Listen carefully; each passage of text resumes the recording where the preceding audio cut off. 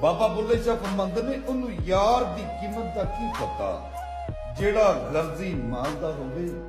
ਕੰਡ ਸੱਜਣ ਦੀ ਲੱਗਣ ਨਹੀਂ ਦਿੰਦਾ, ਜੇ ਕੋਈ ਸੱਜਣ ਹਲਾਲ ਦਾ ਹੋਵੇ। ਬੜਾ ਇਸ਼ਕ ਇਸ਼ਕ ਤੂੰ ਕਰਨਾ ਏ, ਕਦੀ ਇਸ਼ਕ ਦਾ ਗੁੰਝਲ ਖੋਲ ਤੇ ਸਹੀ। ਤੈਨੂੰ ਮਿੱਟੀ ਵਿੱਚ ਨਾ ਰੋਲ ਦੇਵੇ, ਦੋ ਬੋਲ ਪਿਆਰ ਦੇ ਬੋਲ ਤੇ ਸਹੀ। ਸੁੱਖ ਘੱਟ ਤੇ ਦਰਦ ਹਜ਼ਾਰ ਮਿਲਣ, ਕਦੀ ਇਸ਼ਕ ਨੂੰ ਤਕੜੀ ਤੋਲ ਤੇ ਸਹੀ। ਤੇਰੀ ਹੱਸਦੀ ਅੱਖ ਵੀ ਬੁੱਝ ਜਾਵੇ, ਕਦੀ ਸਾਨੂੰ ਅੰਦਰੋਂ ਖੋਲ ਤੇ ਸਹੀ। ਨਾ ਗਰੀਬ ਨੂੰ ਵੇਖ ਕੇ ਹੱਸਿਆ ਕਰ, ਨਾ ਬੁਰੀ ਨਜ਼ਰ ਨਾਲ ਤੱਕਿਆ ਕਰ।